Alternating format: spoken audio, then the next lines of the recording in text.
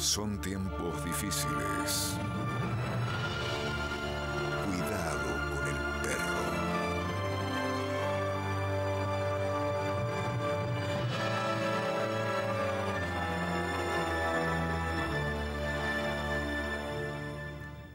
¿Qué tal? Buenas noches. La cucha del Bobby de cada medianoche para encontrarnos hoy con una artista plástica mendocina muy talentosa, muy creativa, muy inquieta, una mujer en permanente búsqueda de arte y de vida por naturaleza.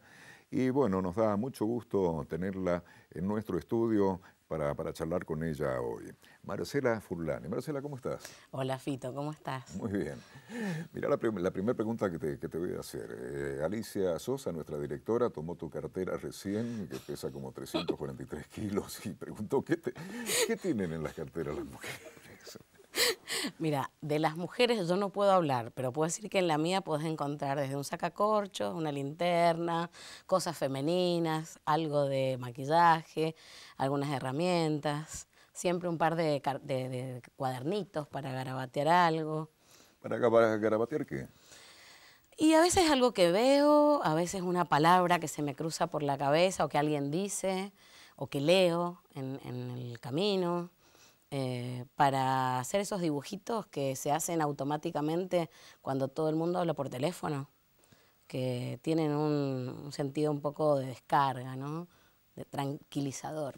Sí, sí, sí. ¿Sos, en tu condición de artista, sos de observar permanentemente la vida, naturalmente, los seres humanos, la vida en sí? Sí, fundamentalmente.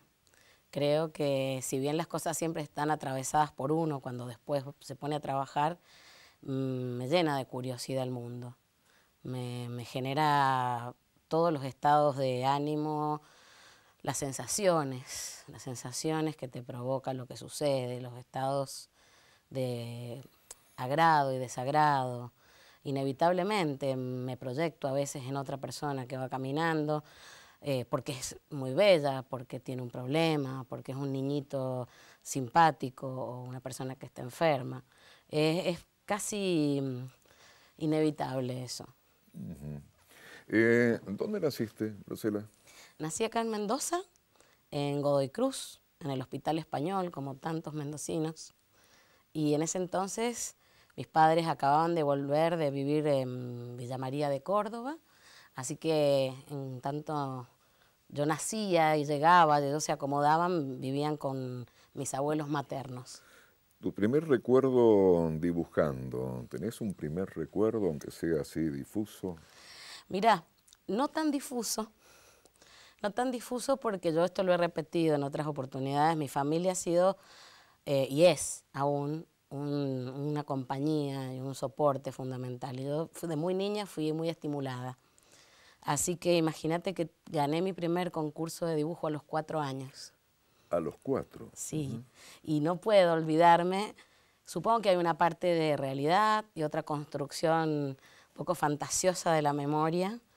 Yo dibujé un circo y cuando anunciaron que ganaba, como era tan chiquita, además era tan peticita, que todos los otros chicos me hicieron como hacen los tenistas, un puente con los brazos. Y yo pasé abajo de ese puente y me regalaron un libro de dibujo que tenía un perro en la tapa. Mira vos. Y a la vuelta del tiempo venía un programa que se llama Cuidado con el perro. Y bueno, pasando el tiempo, ¿cómo descubriste, cuándo te dijiste, bueno, voy a ser artista plástica, yo quiero pintar? En realidad creo que fue desde siempre. Tuve la fortuna, porque sé que eso no sucede todas las veces, de que en casa se consumía arte. Había pinturas, había grabados de Luis Quesada, de José Bermúdez. Y yo tenía una de mis abuelas que cocinaba muy bien. Y esto es así, entré a su cocina, ellos vivían al lado de casa, y también era bastante pequeña. Ella estaba lavando repollo colorado. Y como en la película del Rey León, cuando ofrece su niño al sol, su leoncito al sol, mi abuela puso atrás de la ventana un bowl lleno de agua azul. había pasado esa magia. Ella lavaba repollo colorado y había agua azul, celeste, maravillosa. Y eso fue como verdaderamente una chispa preciosa que me hizo pensar, yo quiero hacer esto. No sabía muy bien qué era esto. Claro. Pero bueno, por esa fortuna de la que hablaba recién, el poder preguntar, el poder conversar y el poder tener acceso a ver cosas. Tengo un primo artista plástico, tengo una tía escultora. Entonces, bueno, esa cercanía creo que facilitó el develado de esta vocación. Así que la única conflictividad apareció en la adolescencia, ya saliendo del secundario, que estaba terminando la dictadura, y había que estudiar la carrera universitaria. Claro, contador público, abogado, médico, ta. Sí, en casa no había conflicto de requerimiento, pero yo misma me cuestionaba qué hago y pensaba en arquitectura y en ingeniería, me fascinaba la matemática y la física en el colegio también. Y diseño, apareció diseño en el camino. Y fue como algo muy, muy válido y me pareció que era el justo medio para decir, bueno, y partí a inscribirme a la carrera de diseño aquí en la Universidad Nacional de Cuyo. Cuestión que a la media hora de hacer cola para inscribirme en diseño me cambié y me inscribí en artes visuales. Y llegué a casa, le dije a mi mamá, me miró y me dijo, yo ya sabía. Las madres saben cosas, ¿no? Saben. Y bueno, ¿y estudiaste sistemáticamente cuánto tiempo? Soy alumna todavía.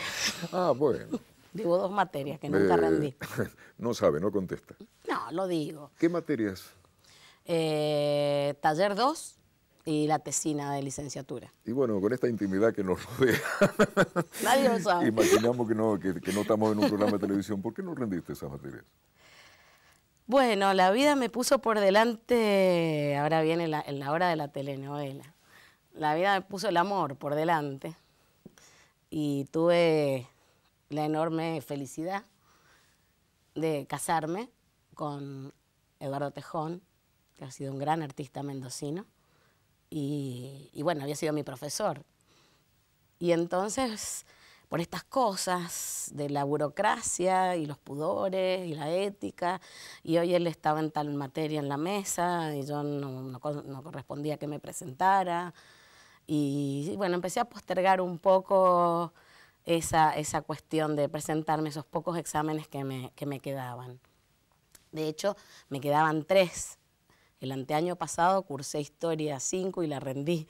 Así que no he perdido la esperanza de terminar, más como terminar de resolver algún pendiente, no porque en sí, en este momento, tenga la expectativa de un título.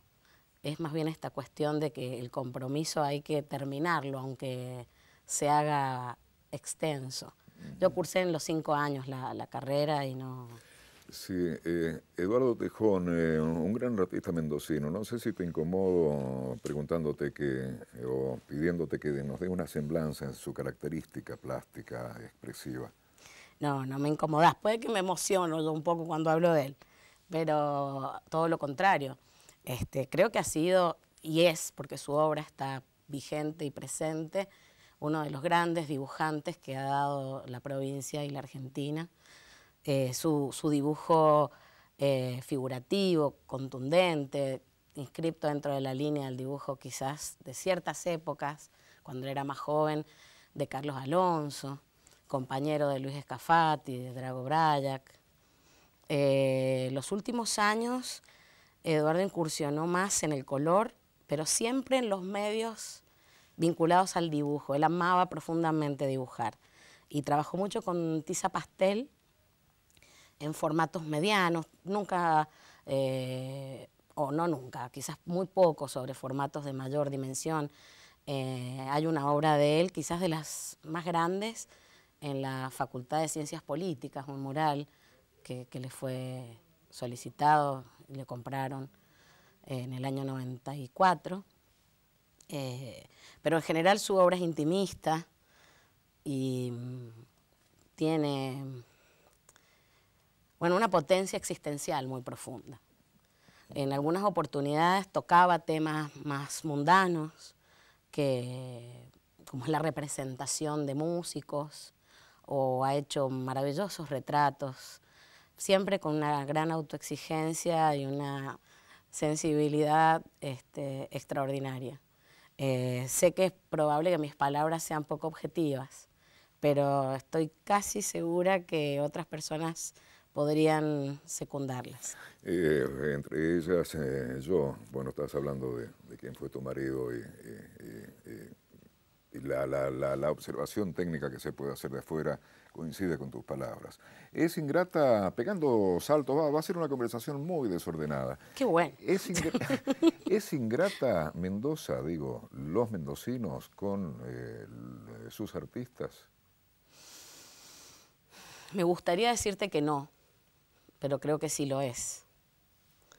Hay una memoria muy frágil con respecto a la obra de artistas increíbles que se han ido incluso hace muy pocos años. Y si la familia no se ocupa, no hay mayormente proyectos institucionales que se ocupen del rescate de la memoria de estos artistas. Por memoria me refiero a las distintas acciones que puedan haber tenido en el campo laboral, docente o con su propia obra. Y eso sí creo que es un poco de ingratitud. Estar siempre mirando lo inmediato, lo exitista, y quizás olvidándose que para ser hoy alguien como yo, que está sentada acá, que tiene el privilegio de estar en un canal de televisión, hubo un Roy Matons, bueno, una cantidad de artistas que nos precedieron y que difícilmente se conozcan, ¿no? De Lucia, bueno. Tantos, ¿no? Sí. Pero estamos tocando lo que venimos pensando y hablando y chillando mendocinamente desde hace 30, 40 años, que debería haber un planteo institucional más orgánico en relación con las escuelas, qué sé yo, ¿no? Sí, supongo que hay intentos, porque hay personas que siempre se interesan por estas cosas. Creer que no es así, creo que también es necio, y es caer en la letanía quejosa de que nunca pasa nada. Yo creo que hay muchos intentos valiosos que quedan un poco en el medio, que quedan así tapados, como digo, por lo urgente, que quedan tapados porque no son numéricamente rimbombantes. Entonces, bueno, muchas veces proyectos verdaderamente valiosos que existen quedan opacados, quedan velados en medio de lo burbujeante. Descreo que no haya cosas valiosas, pero lamentablemente quizás sí falta hagámonos cargo, falta. Hacete cargo. Hacete cargo. Falta que haya desde lo institucional, tanto sea desde lo gubernamental, desde las casas de altos estudios, desde quizás la dirección de escuelas. Yo no trabajo en el terreno escolar, entonces no quiero decir una barbaridad, pero probablemente los contenidos huelguen muchos de estos contenidos, valga la redundancia. No hay un libro, o no hay 5 libros, porque no alcanzaría uno, y no estaría bueno que hubiera solo uno, para poder confrontar ideas, puntos de vista sobre la historia del arte local. Sí hay algunas publicaciones, recientemente se publicó el Diccionario de las Artes Plásticas, pero que es un proyecto muy valioso, pero que se hizo hace más de 20 años y ha sido publicado en papel hace muy poco, y eso no le quita validez, todo lo contrario, pero sí habla de un síntoma. Hay un proyecto que llevó adelante Fundación del Interior, de Contemporáneo, un grupo de artistas jóvenes, emprendedores, hace ya algunos años, y bueno, es un libro parcial, recortado, pero excelente, porque se hizo con, seriedad, puede ser discutible, todo proyecto que parte de un grupo de personas es discutible, pero no existe no existe una contrapropuesta para ponerlo sobre la mesa y que sea materia, por ejemplo, de reflexión en el ámbito estudiantil. ¿Cuál es tu visión respecto de la actividad plástica mendocina, cuantitativa y cualitativamente? Bueno, mira, no creo tener un balance resuelto, pero sí tengo un punto de vista y una opinión. Eh, en tanto calidad de artistas, hay artistas de gran valía, de todas las generaciones. Creo que tenemos artistas que pueden insertarse en cualquier contexto, que todavía se arrastra un poco un resabio romántico que no es muy saludable. Con esto quiero decir que a veces se está esperando que se te vea, que alguien te descubra, que alguien se dé cuenta qué genial que sos. Y esto es un trabajo perverso, como todos los sistemas donde están intereses humanos y mezquinos involucrados. No es un mundo maravilloso y lleno de pajaritos.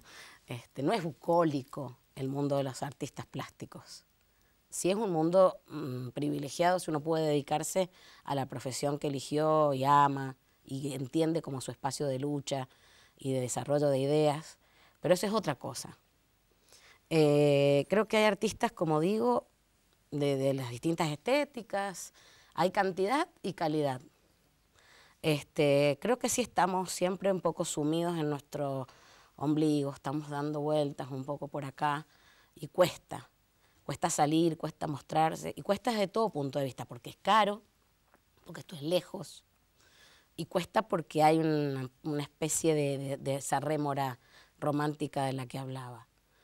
Igualmente las nuevas generaciones, los chicos que ahora tienen 20 y pico, 30 y pico, están sanándose, me parece, de esa dolencia. Y hay un ímpetu y hay como otra manera de mirarse.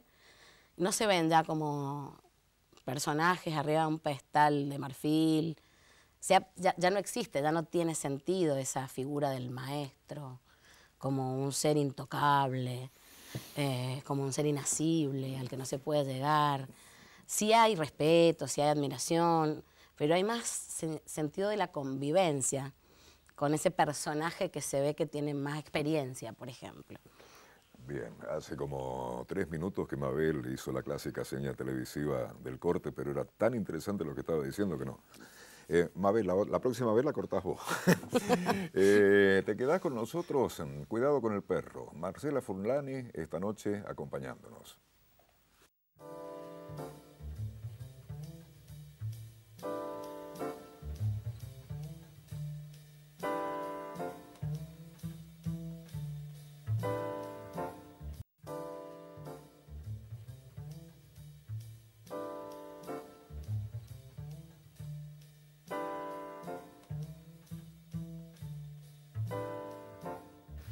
Programa número 106 de Cuidado con el Perro y bueno, se ha dado un momento histórico porque en el corte Marcela Furlani acaba de consagrarse como la persona que se sienta de un modo atípico para toda la historia de los invitados que hemos tenido.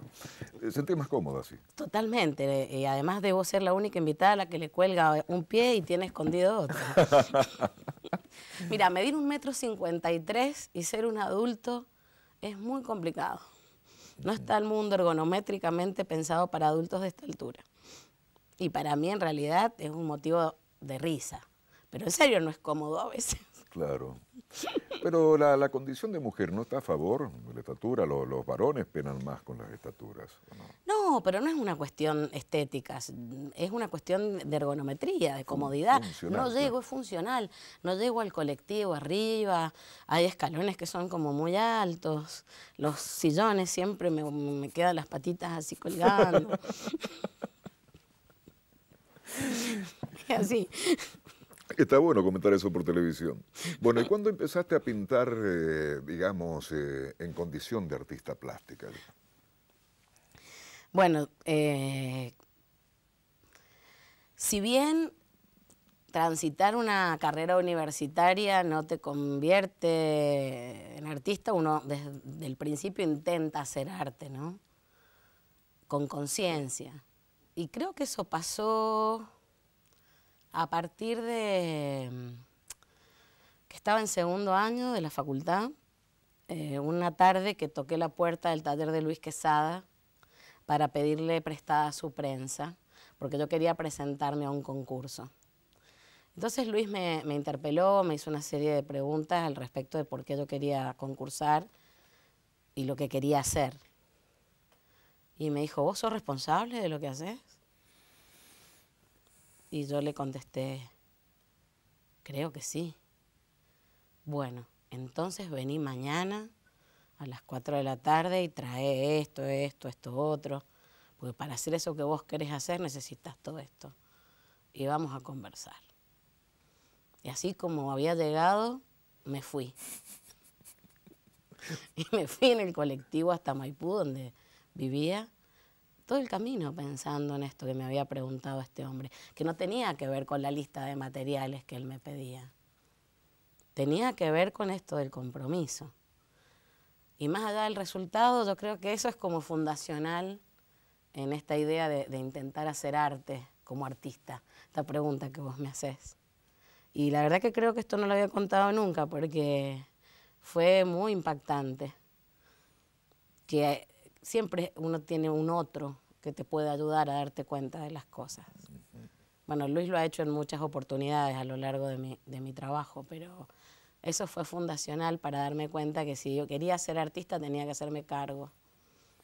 ¿Y cómo se hace cargo un artista de sí mismo, de sí misma? Mira, supongo que como cualquier ciudadano frente a la actividad que desempeña y que elige para la vida, ¿no?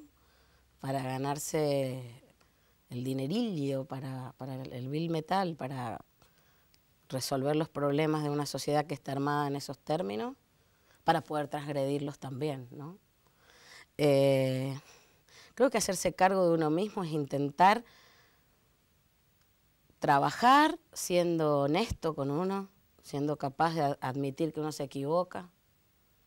Creo que hay etapas cuando uno es más joven que es bastante omnipotente y cree que cada cosa que hace es maravillosa y que con eso descubrió algo, que está rodeado de gente que no entiende nada. Y empezás a darte cuenta que todo se hizo, que ya siempre hubo alguien que pensó eso en otro momento, en otro contexto. Entonces hacerte cargo es decir, bueno, está bien, pero yo encuentro en esto una manera contundente, lógica, que me es afín o que me pone en cuestión para intentar hablar de esto otro.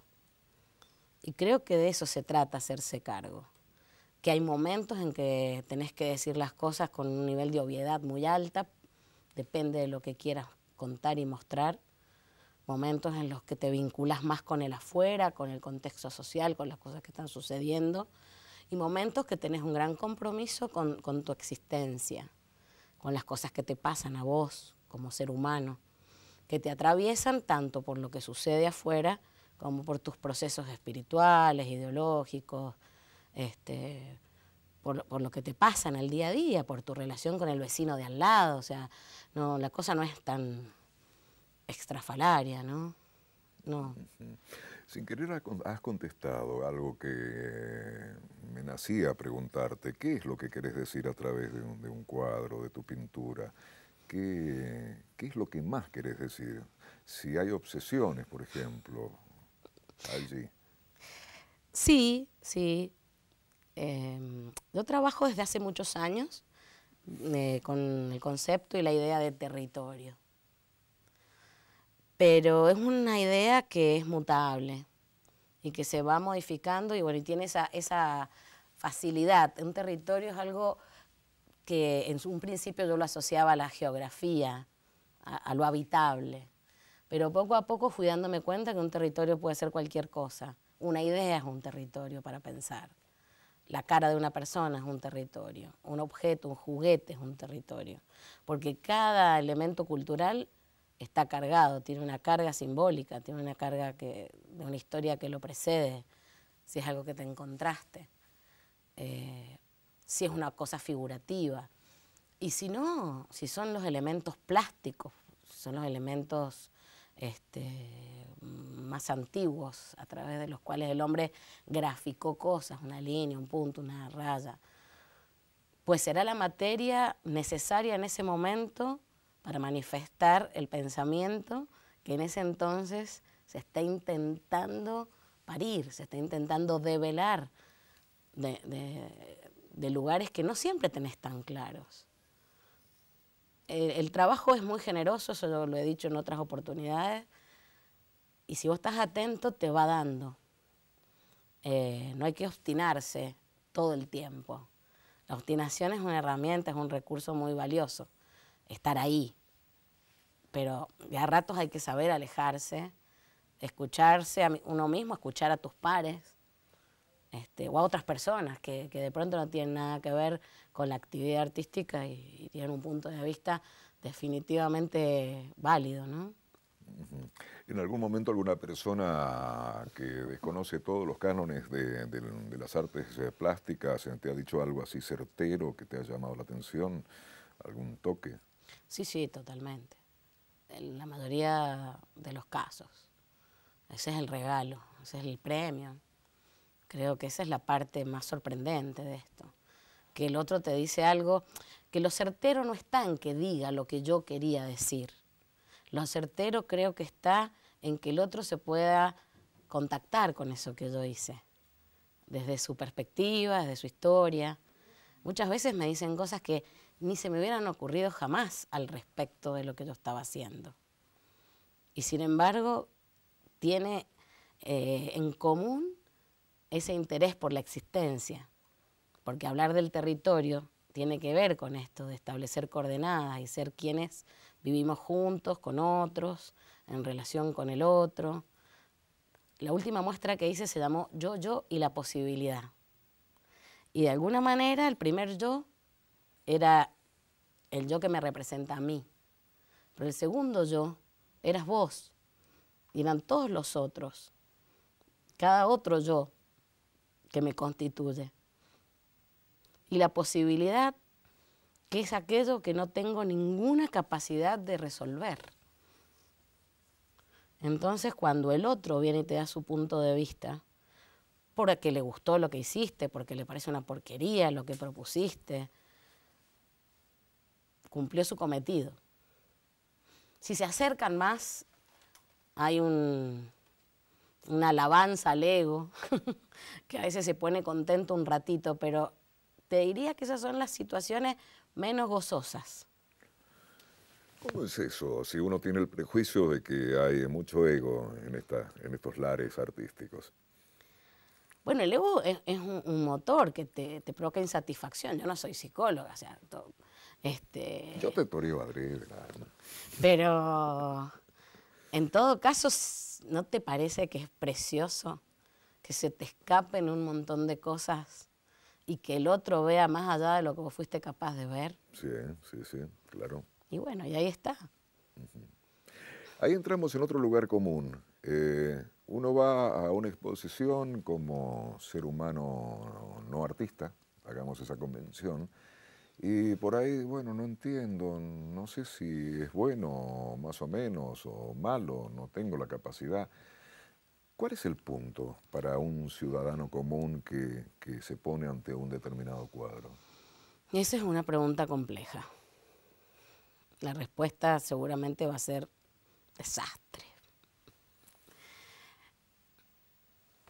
Puedo pensar que, bueno, el mundo de las artes plásticas o las artes visuales, como todo desarrollo de la cultura humana, tiene como estratos. Eso no son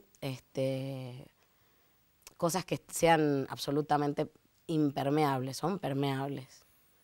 Pero hay un estrato que es el de la gente que se dedica a esto, el del especialista, podríamos decir. Y bueno, esa persona va a tener un acceso de lectura con una serie de herramientas que le permite ese saber. Pero no todo el saber se adquiere por medio de la lectura de libros o por estudiar en una universidad o en un lugar académico.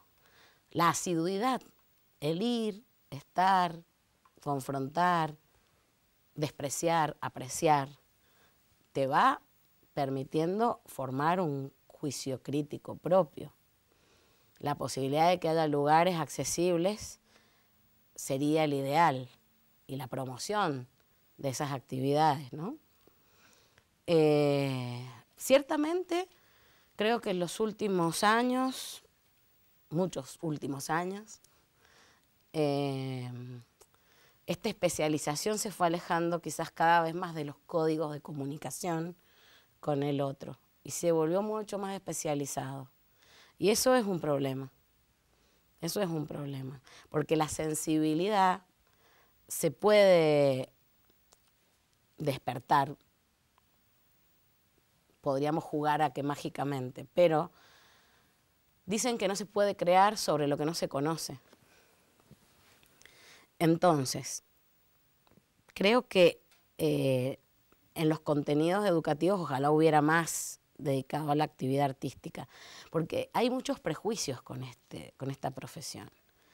Por ejemplo, en la infancia, y esto sí lo puedo decir por práctica, por trabajar de manera particular con niños muchos años, se desarrolla lo que se llama el pensamiento lateral, que te sirve para la vida, para hacer lo que sea cuando haces cosas artísticas, sea música, poesía, no solo plástica.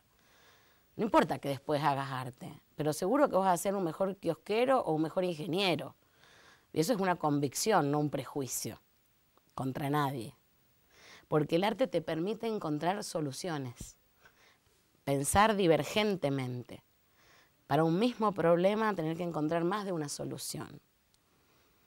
Entonces, hay una subestimación y un recorte sobre la posibilidad de ver arte solamente si me gusta o no me gusta, que es válido, o creer que yo tengo que entenderlo, o entenderlo bajo los parámetros renacentistas de belleza, equilibrio, armonía, que tuvieron sentido y vigencia casi única hasta principios del siglo XX. Pero después pasaron otras cosas, por eso al principio me referí a este estrato de los especializados. Pasaron otras cosas, hubo rupturas, se rompieron paradigmas, pasaron otras cuestiones. Aparecieron personalidades como Marcel Duchamp en Occidente, que rompieron con todo lo establecido. Y se empezaron a considerar otras maneras de resolver la inquietud artística, porque el arte no se da exento del resto de la vida social, económica, científica. A fines del siglo XIX apareció la fotografía y un paradigma del arte se rompe porque cambia su rol. O sea, no quiero hacer un simplismo de esto, pero es como para que la gente se dé cuenta que no podemos mirar una pintura actual bajo los mismos cánones y códigos de una pintura del 1600 de Leonardo da Vinci o de principios del siglo XX, una pintura de Gauguin o de Van Gogh.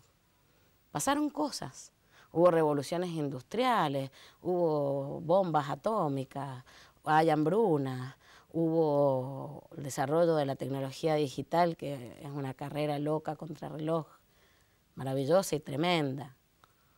Entonces, bueno, esta es una pregunta con respuesta abierta, es casi otra pregunta lo que yo te puedo responder. ¿Qué estás haciendo por estos días desde tu actividad? ¿Pintás cuando te viene el impulso de pintar o sistemáticamente o con cierto método? Sí, soy un poquito metódica. Uh-huh. Yo vengo más de la formación de la gráfica, del grabado, y también pinto más por placer para mí, pero sí, trabajo con cierto método todos los días.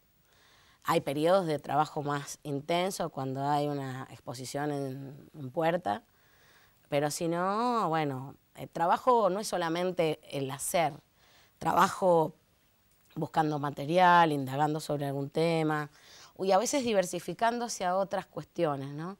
Me encanta, yo he trabajado mucho con músicos populares, con músicos líricos, y es, por ejemplo, un área de trabajo que me produce mucho placer y me descomprime un poco otras búsquedas que son un poco más obsesivas y más sistemáticas. Bueno, queda un bloque, ¿no? ¿Estás Dale. cómoda? Comodísimo. Enseguida, ahí está Mabel. Bueno, lo voy a intentar yo para quedar en un pie de igualdad con Marcela Forlani. ¿Nos acompañás en el próximo bloque? Cuidado con el perro.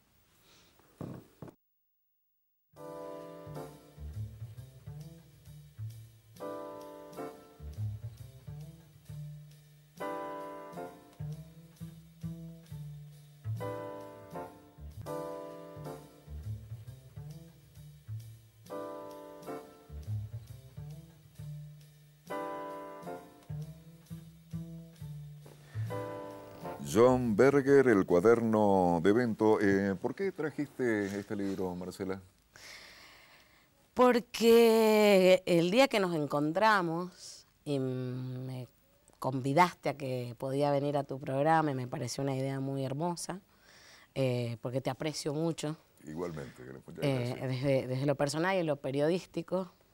Pensé en algo, me dijiste, tráete algo que te guste, si querés traer alguna música. Y bueno, para no ser redundante con la música, este libro me lo regaló un queridísimo artista que también ha sido mi maestro estos últimos años, que es Eduardo Medici. No vive aquí en la provincia de Mendoza, pero sí tiene una relación con muchos artistas locales. Y es un libro muy hermoso que trata de Spinoza, un filósofo del 1600,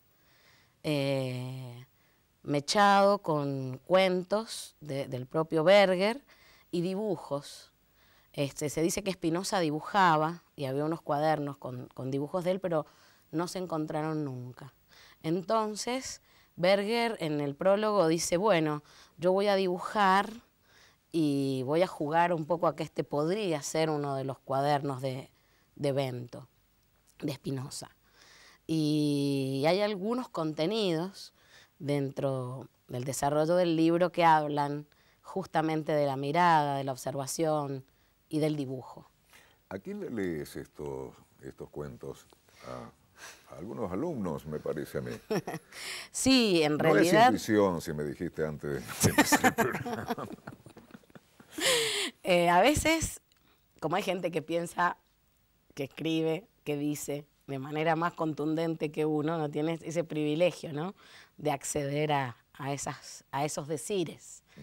Y entonces, bueno, a veces cuando trabajo con otros colegas, con otros artistas, en una dinámica que es la clínica, que es una dinámica de reflexión sobre la obra del otro colega, para, bueno, develar algunas dudas y poder avanzar, tengo algunos materiales que son apropiados para decir las cosas y para decirlas mucho mejor que yo.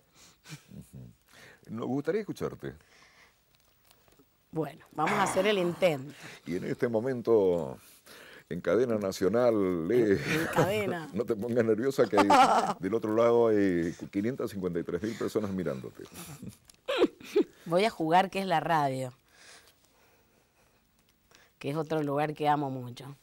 Dijiste algo muy bonito cuando llegaste, poético, que sabías que venías a un programa de televisión, pero te sentías como que venías al programa de radio. Sí, porque creo que no soy la única que ha estado acompañada por Cuidado por el Perro en muchas oportunidades a través de la radio. Y tu voz es una voz que uno tiene muy amorosamente asociada a la radio. Así que hubo ahí una pérdida de conocimiento. Y fue muy, muy simpático, porque a mí me da un miedito la tele, me da miedito. Entonces me gustó sentir que venía a la radio. Este otoño los ciruelos están muy cargados de fruta. Algunas ramas se han roto con el peso. No recuerdo otro año que dieran tanto. Cuando están maduras, este tipo de ciruelas moradas, las damasenas, se recubren de una sombra que recuerda a la media luz del crepúsculo. A mediodía se hace sol y llevamos muchos días seguidos de tiempo soleado. Se las ve con un color crepuscular, arracimadas entre las hojas. Los únicos frutos con un azul tan intenso son los arándanos, pero el azul de estos es más oscuro y tiene un brillo de piedra preciosa, mientras que el de las damasqueras Es como un humo azul, vívido, pero evanescente. Los racimos de 4, 5 o 6 frutos salen a puñados de los renuevos de las ramas. De un solo árbol cuelgan cientos de puñados. Una mañana temprano decidí pintar uno de esos racimos, tal vez para entender mejor por qué repito lo de los puñados. Me salió un dibujo torpe, malo. Empecé otro. 3 puñados más allá del que he decidido pintar, un pequeño caracol blanco y negro, no más grande que una de mis uñas, parece dormido en la hoja que ha estado comiendo. El segundo dibujo salió tan mal como el primero, así que lo dejé y me puse con las tareas del día. A media tarde volví a los ciruelos con la idea de intentar dibujar una vez más el mismo racimo. Posiblemente porque la luz había cambiado, el sol ya no estaba en este, sino en el oeste. No fui capaz de encontrar o identificar el racimo concreto. Hasta me llegué a preguntar si no me había equivocado de árbol. Avancé hasta el siguiente ciruelo, me agaché bajo sus ramas, alcé la vista y lo inspeccioné. Había infinidad de ciruelas, pero no encontré el racimo que buscaba. Habría sido muy sencillo dibujar otro, claro, pero algo en mí se negaba obstinadamente a hacerlo. Di vueltas y más vueltas bajo las ramas de los árboles y de repente descubrí el caracol. Unos 30 centímetros a su derecha encontré mi racimo. El caracol había cambiado de posición, pero su paradero era el mismo. Lo miré largamente. Empecé a dibujar. Necesitaba un verde para definir las hojas. A mis pies había unas ortigas. Agarré una hoja y la froté contra el papel y me dio el verde que necesitaba. Esta vez guardé el dibujo. 3 días después llegó el momento de recoger las ciruelas. Se las pone en barriles y se las deja fermentar durante unos meses, se puede destilar un aguardiente maravilloso. También son muy buenas para mermelada y para repostería. Las tartas son deliciosas. Las ciruelas se recogen de 2 maneras, o bien sacudes las ramas para que la fruta caiga al suelo, o bien te subes al árbol con un cubo y las vas agarrando en la mano. Los árboles tienen espinas incipientes y multitud de ramitas. Subido a la copa, progresando de un pequeño anillo de humo azul al siguiente, según vas juntando en la palma de la mano, libre un pulgar de estos tras otro. Tienes la sensación de arrastrarte por un sotobosque. Te caben 3 o 4, incluso 5 en la mano, nada más. Por eso digo que los racimos son puñados. Es inevitable que alguna ciruela se te escape, se te deslice por el brazo y termine en el suelo. Más tarde, cuando estaba de rodillas recogiendo las ciruelas caídas en la hierba y echándolas al cubo, me encontré con varios caracoles blancos y negros que habían caído al suelo junto con la fruta sin dañarse. Puse 5 en fila y para mi sorpresa no me resultó difícil reconocer al que había servido de guía y lo dibujé un poco más grande que el natural. Qué lindo, qué lindo. Y acá está el dibujo. ¿Lo puedes tomar?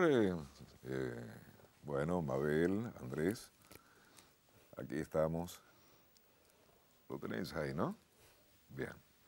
Bueno, Marcela Furlani, qué gusto charlar con vos. ¿Alguna exposición en ciernes? Estoy partiendo a Buenos Aires, no para exponer, pero sí para participar en la producción escenográfica y de vestuario de la presentación de un disco de Cecilia Zavala, una excelente guitarrista argentina que vive en Buenos Aires, a quien he asistido en otras oportunidades con este trabajo. Así que bueno, muy contenta con este proyecto ya para el 9 de junio. Retomando algo que comentábamos hace un rato atrás, el folclore de la actividad plástica mendocina. Hay una inauguración de tal muestra individual o colectiva, un vino, gente que va intenciono el prejuicio, vos vas a ratificar o rectificar. Y bueno, pasa eso esa noche con mucha fuerza y la exposición es por 15 días o por un mes. ¿Y qué pasa después? ¿O qué? Es muy buena tu pregunta, porque muchas veces sucede que si el artista y la entidad organizadora acompañan, y los medios de comunicación acompañan, la gente se entera y dentro de las múltiples ofertas de cosas que hay para el interés de las personas, aparece esta. Y entonces va un poco más de gente, pero hay que ocuparse. Si no, lamentablemente, muchas veces exposiciones magníficas quedan, bueno, reducidas a esa instancia que es una mezcla tanguera de maravilla, frivolidad, interés, afecto, mucho trabajo. Así que pasan cosas muy diversas, pero hay mucho abandono. Quedan muchas veces solitas las muestras. Cuesta mucho que los chicos de las escuelas puedan ir, les cuesta a los maestros conseguir los permisos, porque, bueno, tengo entendido que es complicado. Estaría muy bueno que pudieran ir. Yo hablo de los chicos, me remito a los chicos muchas veces porque finalmente en algún momento, ¿viste? Hay que patear el tablero y hay que naturalizar que esta es una cosa que está ofrecida a la calidad de vida y a la población como cualquier otra. Y a mí me encantaría que más gente consuma arte y no solo compre. No tengo prejuicios con eso, pero que consuma desde lo vivencial, ¿no? Quizás la palabra no es la más feliz, consuma, pero... Sí, pero se te entiende. ¿Qué referentes o a qué nombres, qué artistas de nuestro medio te gustaría recordar en este momento? ¿Por qué te han conmovido especialmente? ¿Por su calidad pictórica?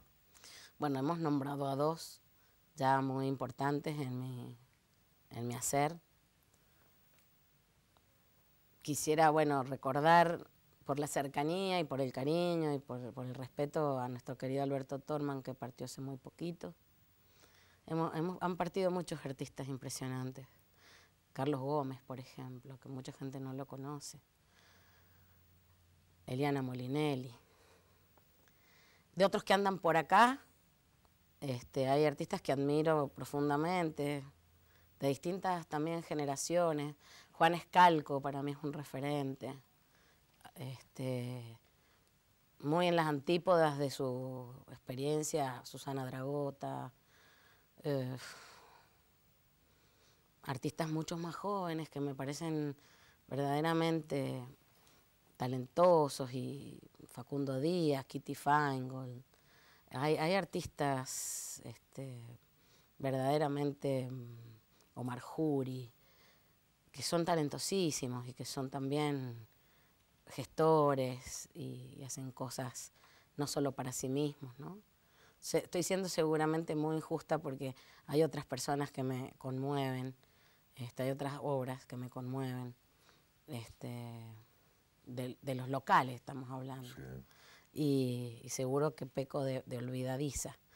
Y bueno, es el tiempo de la televisión, no te preocupes. ¿Y de los pesos pesados de la historia del arte? Estos son todos pesos pesados los que te nombré. Ah, también, ¿por qué no? Si viven a la vuelta de la esquina, ¿por qué no pueden no? serlo? Claro. Y bueno, hay personajes que son como fundamentales porque fueron así como hablábamos de cuando descubrí el arte. Bueno, por ejemplo, yo me enteré que existía un personaje que se llamaba Goya, también a los 9 años más o menos. Y después lloré como un bebé cuando tuve oportunidad de estar en el Prado frente a los fusilamientos del 3 de mayo. Porque no es lo mismo ver una reproducción que tener la experiencia en dimensión humana que propone una obra artística, ¿no?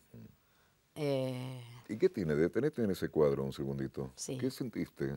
Estás en ese momento, ahí. Bueno, vos me preguntaste hace un rato sobre en qué momento yo había decidido o había podido hacer arte. quizás suena un poco chupamedias, pero sentí si yo sería digna de estar dedicándome a esta profesión, por ejemplo. Sentí esa grandeza de la historia, de que no era un chiste, que puede haber muchos blef, que puede haber personajes que tienen prensa porque hay alguien que lo infla. No era el caso. Sentí eso, que había veracidad, que había un tipo que le puso horas de su vida, que postergó otras cosas en un contexto muy distinto a la vida actual y que había sido capaz de mirar más allá de lo obvio, de lo evidente. No había sido complaciente con lo que su época exigía de él.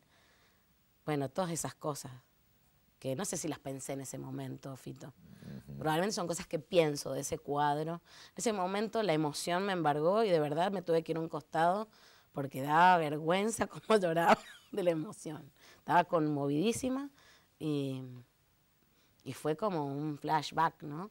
Fue volver como en la película Ratatouille a esa infancia cuando la mamá le daba al crítico de comida este alimento, la ratatouille, y descubre de nuevo esos sabores que te forjaron.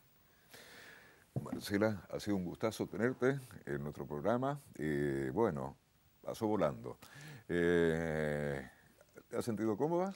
Muy cómoda y te agradezco muchísimo porque es un gran privilegio poder contarle cosas a otros, compartirlas con vos. Así que bueno, muchísimas gracias. Que la pases muy bien. Cuidado con el perro. Marcela Furlani esta noche. Y si hay alguna exposición por allí de algún artista plástico mendocino, podríamos ir.